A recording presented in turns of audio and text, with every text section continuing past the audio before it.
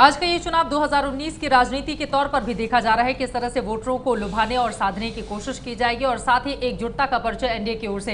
विनोद जी, आपसे मैं जानना चाहूंगी, अभी ये 2017 है लेकिन 2019 की तैयारी इस राष्ट्रपति चुनाव के जरिए भी कर रही है बीजेपी। देखिए, बीजेपी तो लगातार 2019 की तैयारी कर रही है। उत्तर प्रदेश विधानसभा चुनाव जीतने के बाद बीजेपी ने, प्रधानमंत्री ने जो है, जब अशोक रोड में 11 अशोक रोड ने जो संबोधन किया था उसमें उन्होंने ये संकेत दे दिए थे कि आगे उनकी सारी तैयारी 2019 के लिए होगी। और जिस तरह अमित शाह ने सारी यात्राएं की और कोविंद जी का जो चुनाव हुआ है जिस तरह से प्रत्याशी के रूप में, वो भी 2019 को ध्यान में रखते हुआ है। देखिए, दलित समाज के हैं और दलित समाज में उस समाज के हैं, वो जाटो समाज के नहीं हैं, वो कोरी समाज के हैं। और अति दलित समाज जो है, जो गैर जाटो जो दलित हैं, उनमें बीजेपी लगातार फोकस कर रही है। तो कोविंद जी की जो उम्मीदवारी है वो इसीलिए भी बनाई गई है कि जिससे पूरे देश में जो गैर जाटो दलित हैं उनको एक मैसेज दिया जा सके 2019 में। तो 2019 की तैयारी तो है ही। और जिस तरह उम्मीदवारी में सारे गैर भाजपा दलों को इकट्ठा किया गया है, एनडीए के बाहर के दलों को भी इकट्ठा किया गया। तो 2019 में अगर भारतीय जनता पार्टी को, मान लीजिए 2014 जैसा बहुमत नहीं मिले,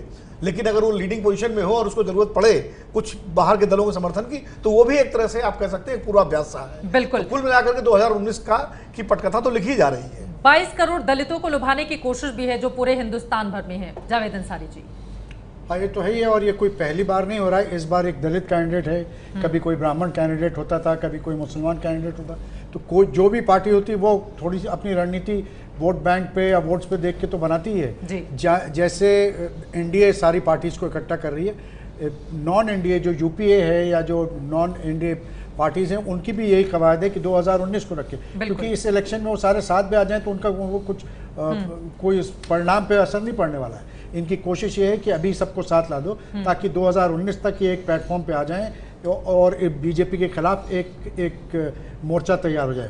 हो पाएगा ही नहीं, ये तो भविष्य बताएगा। लेकिन यहाँ पर विपक्ष में जिस तरह की फूट देखने को मिली है उससे जरूर एनडीए के लोग गदगद होंगे, खासतौर से बीजेपी। कंचना, आप इसको कैसे देख रहे हैं? और 2019 के पहले 15 राज्यों में अभी चुनाव भी होने हैं विधानसभा के। देखिए, 2019 के चुनाव के पहले गुजरात में चुनाव होने हैं। गुजरात में एक भारी संख्या मतदाताओं की एक भारी संख्या दलित है। बिल्कुल। तो उनके लिए ये एक मैसेज है, उनको रीच आउट करना और उनको अपने साथ रखना, ये उसकी एक कोशिश है। दूसरी बात है, यूपी में इस बार जो 2014 और 2014 के बाद 2017 के चुनाव में जो मायावती की जो अपनी एक वहां पर पकड़ थी दलित समाज पर जी, वो टूटते दिख रही है। और उस वोट पर कब्जा करना भी भाजपा भरपूर कोशिश कर रही है कि उस वोट पर कैसे कब्जा किया जा सके। ठीक है, क्योंकि 2019 में अगर कोई 3 पार्टियों की गठबंधन बनती है तो उसका जो क्रॉसओवर वोट होता है, वो क्रॉसओवर वोट के लिए भाजपा के लिए जरूरी है कि जो दलित समाज का वोट है उसको अपने साथ रखें। तीसरी बात है कि मैं फिर से वही कहूंगा कि ये पहली बार 1947 के बाद ये पहली बार राष्ट्रपति भवन में एक गैर कांग्रेसी पॉलिटिशियन को पहुंचाया जा रहा है। बिल्कुल। बीच में कलाम साहब रहे राष्ट्रपति, उनका कोई पॉलिटिकल कनेक्शन नहीं था, तो हम उसमें तो इस लिहाज से भी काफी ज्यादा महत्वपूर्ण, बहुत इंपॉर्टेंट बात आपने यहाँ पर बताई है।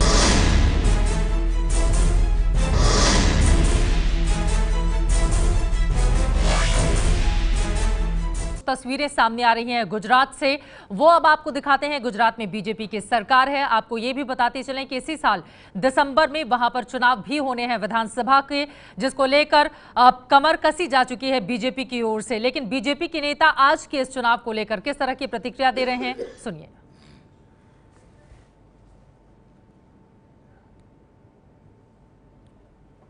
आज राष्ट्रपति पद के लिए जो चुनाव हो रहा है और उसके बाद सभी हमारे विधायक भारी मात्रा में 10 बजे से ही मतदान सब लोग कर रहे हैं और बहुत उत्साह है। एनडीए के हमारे उम्मीदवार श्री रामनाथ कोविंद जी राष्ट्रपति बनने के लिए जा रहे हैं और सभी लोगों उत्साह के साथ मतदान कर रहे हैं। मैंने भी वोट डाल दिया है। मैंने भी यहाँ मतदान किया।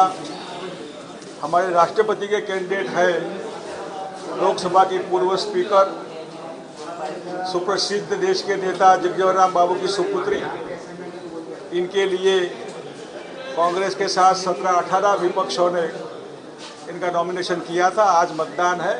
हमारे पूरे कांग्रेस के एमएलए 57 और एनसीपी के भी एमएलए 2 हमारे बॉस्की और कांधल जाडेजा, वो भी मीरा कुमार जी के पक्ष में हमने सबने मतदान किया है। गुजरात में इसी साल होने हैं विधानसभा के चुनाव। कोली समुदाय जिनकी मौजूदगी 24% है और उसी समुदाय से आते हैं रामनाथ कोविंद। इस लिहाज से भी एक अलग तरह का कनेक्शन होने जा रहे राष्ट्रपति रामनाथ कोविंद का गुजरात से। अरविंद मोहन जी हमारे साथ मौजूद हैं। अरविंद जी, इसका क्या असर दिसंबर में होने जा रहे चुनावों पर देखा जाएगा? शुरू में लग रहा था कि खाली दलित कार्ड है बीजेपी का और यूपी के दलित को बना रहे हैं, इसलिए कि यूपी में दलितों में एक पहले से भी दरार डालने की कोशिश हो रही थी कि जाटो नॉन जाटो हो। लेकिन तुरंत ये गणित सामने आया कि गुजरात में काफ़ी बड़ा वोटर है कोली समाज का, और जो ऑल इंडिया कोली समाज है उसमें कोली कोरी दोनों मिले हुए हैं जी। और उसके अध्यक्ष रहे हैं गोविंद जी काफ़ी दिन से। और ये जो गणित है उसमें काफ़ी चीज़ें ये एक्टिव रहे हैं, काफ़ी सिर्फ अध्यक्ष नहीं हैं, और बहुत सारी चीज़ें उसके पीछे चलती रही हैं। जैसे कोलियों का राज काफ़ी सारा देश में छोटा छोटा रजवाड़ा है, तो वो गणित उसमें सब काम करता है। वहाँ के कोली अपने को दलित नहीं मानते और दलित गिनती में भी नहीं है, लेकिन वहाँ जिस तरह से भी पटेलों में नाराज़गी है बीजेपी को लेके, तो ये कार्ड फिर तुरंत समझ में आता है कि बीजेपी ने एक बड़ा गेम खेला है। क्योंकि अब तक वहाँ पटेल नॉन पटेल की जब लड़ाई होती थी तो उसमें जो खाम बोलते हैं हम लोग, क्षत्रिय, हरिजन, आदिवासी, ये सब जातियां दूसरी तरफ जाती, तो अब कोली समाज को पटाने की वहाँ एक कोशिश के तौर पर देखा जा रहा है। और सौराष्ट्र में तकरीबन 18 सीटें ऐसी हैं जहां पर सीधा असर कोली समुदाय के ये लोग डालते हैं। ये है एबीपी न्यूज़, आपको रखे आगे।